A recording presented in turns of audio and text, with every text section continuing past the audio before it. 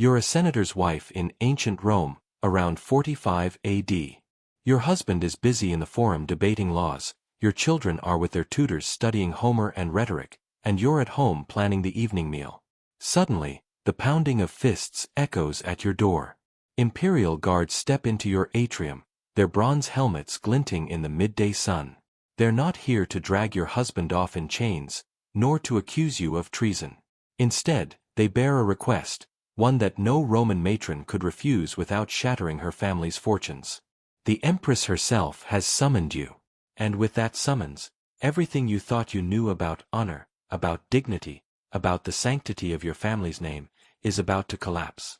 Because under the rule of Valeria Messalina, wife of Emperor Claudius, Empress of 60 million souls, and arguably the most dangerous woman in Rome, the palace had become more than marble halls of power. It had become the stage for a system of humiliation so organized, so methodical, that even Romans, people who celebrated bloodshed in the Colosseum, struggled to comprehend its cruelty. Messalina's name is still infamous in Roman history. At first glance, statues and inscriptions might portray her as an elegant young wife and mother, celebrated for giving Claudius an heir and helping stabilize the empire after the bloody assassination of Caligula. But behind that veneer, Messalina had constructed something extraordinary and terrifying. Hidden behind palace walls, she engineered what can only be described as the most systematic apparatus of sexual exploitation the Roman world had ever seen. This was not the cliché of an unfaithful empress indulging in scandalous affairs. Rome had seen its share of salacious whispers before. No, this was industrialized degradation, an organized machine of control and blackmail that weaponized Rome's most respected women against themselves, their families, and the very fabric of society. Even Tacitus, the historian famed for his cold, almost surgical recording of imperial corruption, struggled to capture the full weight of what was happening. Imagine living as a Roman noblewoman of standing. One day, as you're tending your household, Messalina's agents arrive. They carry with them what were called recruitment lists. These weren't haphazard summonses. The palace kept files, detailed files, on Rome's women of status, who owed political debts, whose husbands sought lucrative magistracies, whose families were vulnerable. Each woman was assessed, catalogued, almost as though she were merchandise in a ledger. Physical descriptions, family prestige, even temperaments were recorded, used to predict who might quietly submit and who might resist. The apparatus was disturbingly bureaucratic. There were schedulers to manage appointments, physicians to ensure assets were healthy for service, record-keepers tracking revenues, and secretaries compiling lists of client preferences. Women were stripped not only of clothing but of names and histories. Once inside the palace's hidden chambers, they were no longer Julia or Cornelia. They became imperial assets, reduced to inventory in the Empress's private catalogue. And yet, what makes this most chilling is not the machinery itself, but the ideology woven into it. Refusal was dangerous, but compliance was painted as loyalty. To serve Messalina was not presented as disgrace but as an honor. Families were told that their women's service was a test of devotion to Rome. Husbands were reminded that declining could stall their careers, even imperil their children's futures. Thus, humiliation was dressed as duty, coercion disguised as patriotism. For the women themselves, the experience was annihilation of identity. One day they stood as respected matrons, commanding their households, overseeing temples, their reputations woven into the lineage of Rome. The next, they were thrust into a role where silence, anonymity, and obedience erased all traces of who they had been. And for their husbands, Roman law and custom compounded the shame. Once a woman had been prostituted, even under imperial command, her husband's dignity was irreparably damaged. Divorce often followed. Families fractured. This wasn't indulgence. This was a weapon. By turning Rome's elite women into pawns, Messalina destabilized entire family lines. A senator might rise in the ranks, but if his wife's humiliation became known, his name carried a stain that no office could wash away. Children born of these households grew under shadows, whispered about in forums and markets, their marriage prospects poisoned. Shame became hereditary. Now, to understand how shocking this was, consider the Roman world itself. Rome was not prudish about sex. It tolerated concubinage, slavery, and even celebrated body humor in its festivals. But Rome also cherished the image of the matrona, the noble wife, the guardian of household virtue.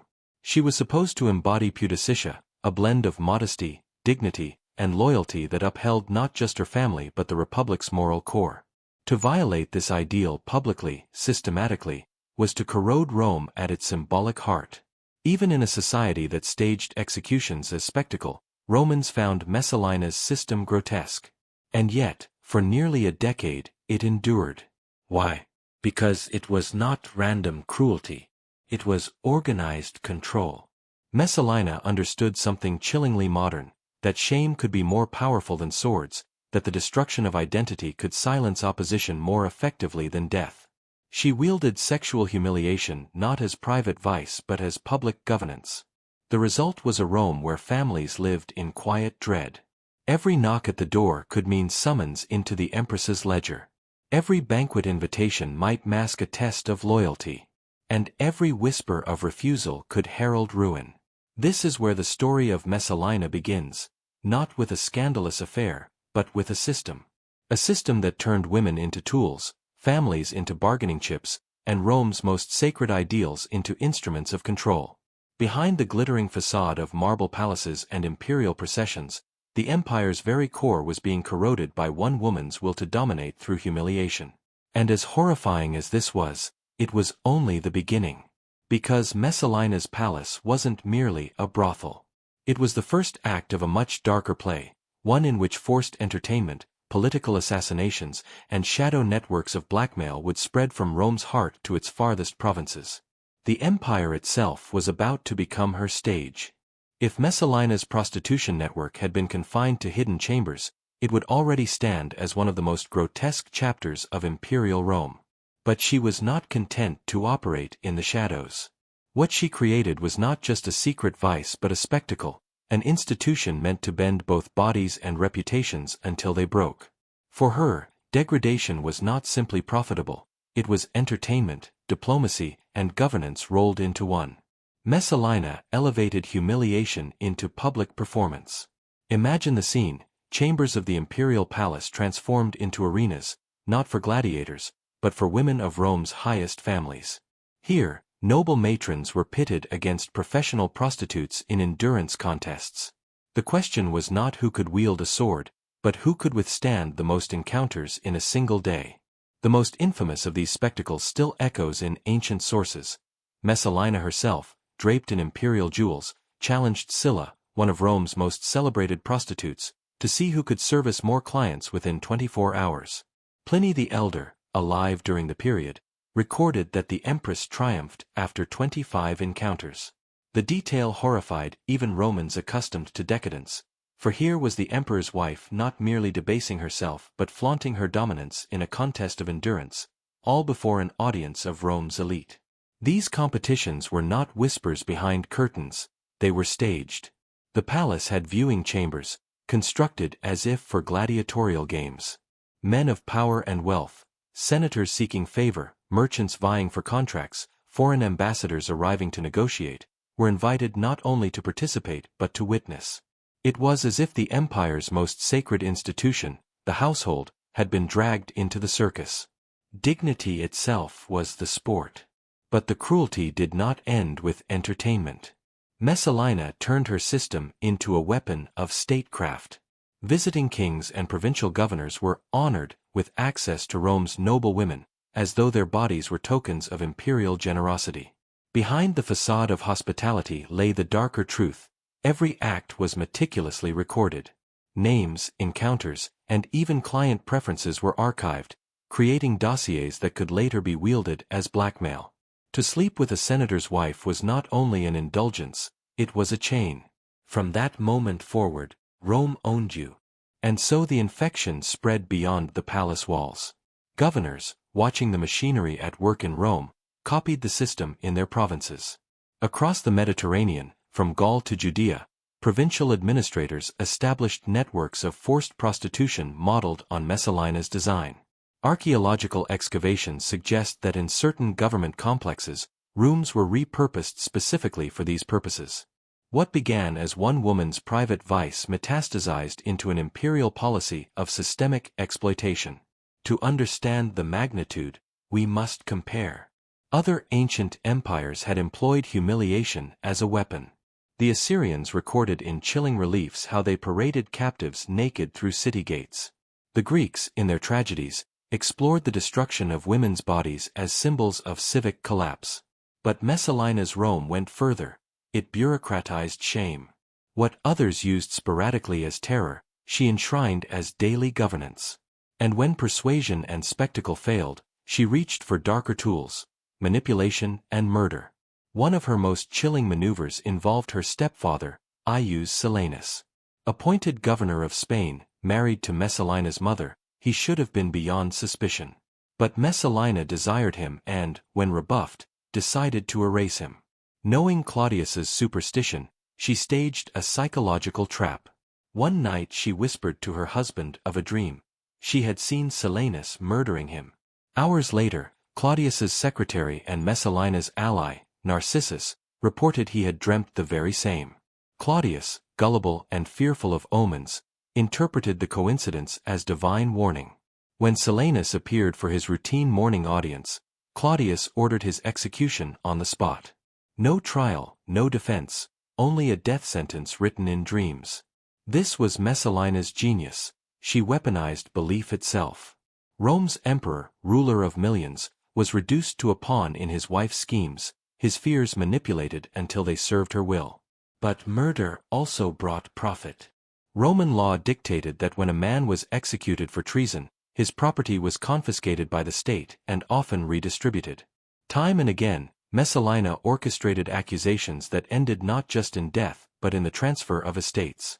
Valerius Asiaticus, a senator of vast wealth, owned gardens that Messalina coveted.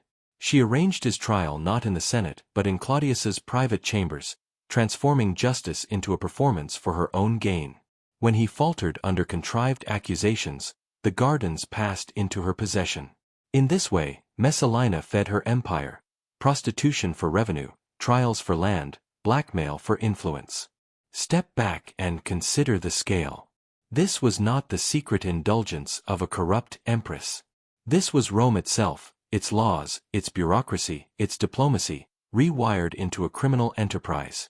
Every avenue of statecraft became an instrument of Messalina's will.